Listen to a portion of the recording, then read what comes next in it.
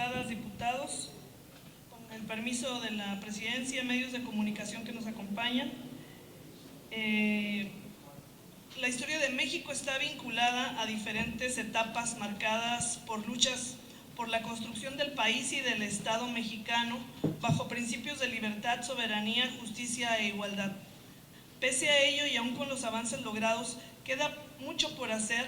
en materia de consolidación de instituciones y de las capacidades del Estado y erradicación de las condiciones de pobreza y desigualdad. En la actualidad, estas aspiraciones se identifican con el fortalecimiento del compromiso con los derechos humanos. En el marco de la globalización, interdependencia y cambio tecnológico acelerado, la mayor parte de los países aceptan los derechos humanos como aspiración común y una guía para resolver problemas de rezago económico, social y político. De este modo, se ha generalizado la idea de que democracia, desarrollo y derechos humanos son los objetivos que deben cohesionar a las sociedades modernas para dar forma a nuevas estrategias de crecimiento, distribución del ingreso y participación social. Poner los derechos humanos en el centro representa un gran paso para las definiciones políticas, económicas y sociales de todo Estado. Por un lado, se da soporte y sentido a la democracia y por otro, se plantean objetivos de desarrollo que involucran responsabilidades con el bienestar de la población. Para el caso mexicano, la reforma constitucional de 2011 impuso un nuevo paradigma para el desarrollo. Este hecho requiere ser dimensionado por los actores económicos, políticos y sociales para dar cabida a nuevos procesos sociales y a la modificación tanto de programas y políticas públicas como de las instituciones del Estado mexicano, ello con el fin de crear nuevos instrumentos que contribuyan al cumplimiento de los derechos humanos y por esa vía terminar con la elevada y persistente desigualdad, cerrar brechas sociales, sectoriales y regionales en materia de crecimiento, ingreso y bienestar y ampliar los cauces democráticos de la deliberación política y social. Esta nueva visión del desarrollo implica un punto de partida diferente y de mayor alcance de la política pública y conlleva la necesidad de desarrollar mecanismos concretos que contribuyan a la inclusión social desde un enfoque de derechos que favorezcan la colaboración entre órdenes de gobierno con acciones convergentes para alcanzar objetivos de derechos humanos. Esto es, con una perspectiva explícita de transversalidad para asegurar la accesibilidad de todos a todos los derechos, además de contar con los indicadores para monitorear los avances y logros de la intervención pública para rendir cuentas y transparentar el uso de los recursos. Articular la política en torno al logro del acceso pleno a los derechos humanos y el desarrollo convierte a los derechos humanos en un componente indisoluble y central de las políticas públicas y en el basamento de una política de Estado que por incluyente pueda demostrarse efectivamente democrática. Al mismo tiempo, asumir el enfoque de derechos, dado los principios de universalidad, interdependencia, indivisibilidad y progresividad que establece la Constitución Política de los Estados Unidos Mexicanos, tiene necesariamente implicaciones fiscales y presupuestales. La discusión sobre el vínculo entre el presupuesto y el enfoque de derechos humanos es de gran relevancia, pues cumplir con el mandato constitucional exige superar la visión del equilibrio entre ingreso y gasto como objetivo casi único de la política hacendaria para plantear al presupuesto como el instrumento que permitirá materializar el enfoque de derechos.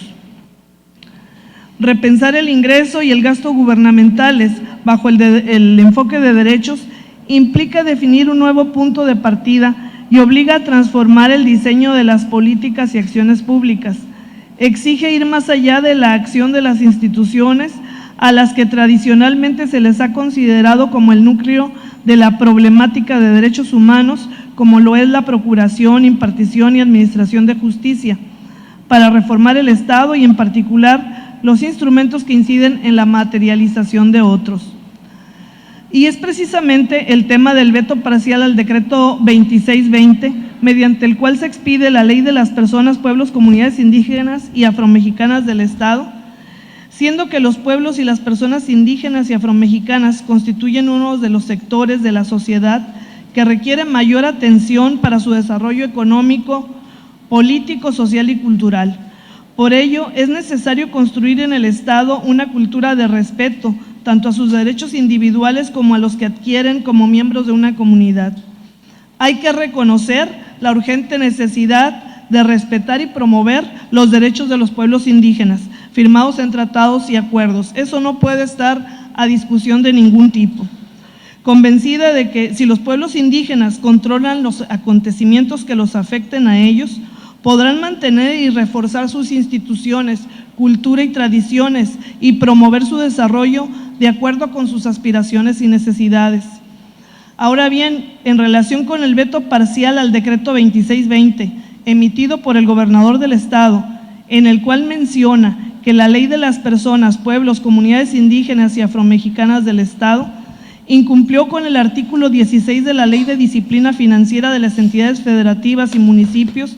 la cual establece que toda iniciativa de ley deberá de ir acompañada de opinión sobre estimación del impacto presupuestario que emita la Secretaría de Finanzas del Estado de Baja California Sur. Además, precisando el gobernador en su veto parcial que el artículo 7 bis de la Constitución local cita que el gobierno del Estado, para el cumplimiento de sus obligaciones, establecerá una unidad administrativa que atienda los asuntos indígenas y en su caso los ayuntamientos del Estado crearán comisiones o direcciones municipales de asuntos indígenas, los cuales en sus presupuestos de egresos establecerán partidas específicas para tal fin. De lo anterior, se desprende que el veto parcial del gobernador, quiero entender, es con la finalidad de perfeccionar la ley multicitada y de cumplir a cabalidad con lo que estipula el artículo 7 bis de la Constitución local, en cuanto a la creación de una unidad administrativa que tiene la obligación el gobierno del Estado de crear para la atención y protección de los derechos de las personas y pueblos indígenas y afromexicanos. Por ello, considero que la finalidad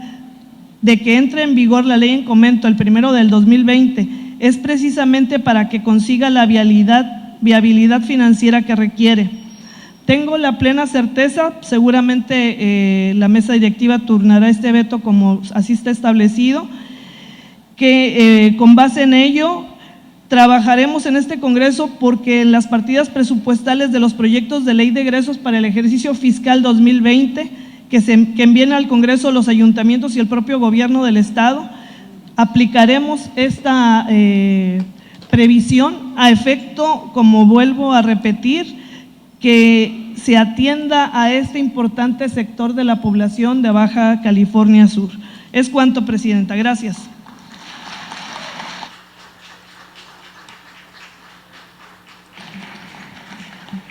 Tercer punto. Pronunciamiento que presenta el ciudadano diputado José Luis Pérpuli Dru, integrante de la fracción parlamentaria del Partido Acción Nacional. Se le concede el uso de la tribuna al ciudadano diputado José Luis Pérpuli Dru.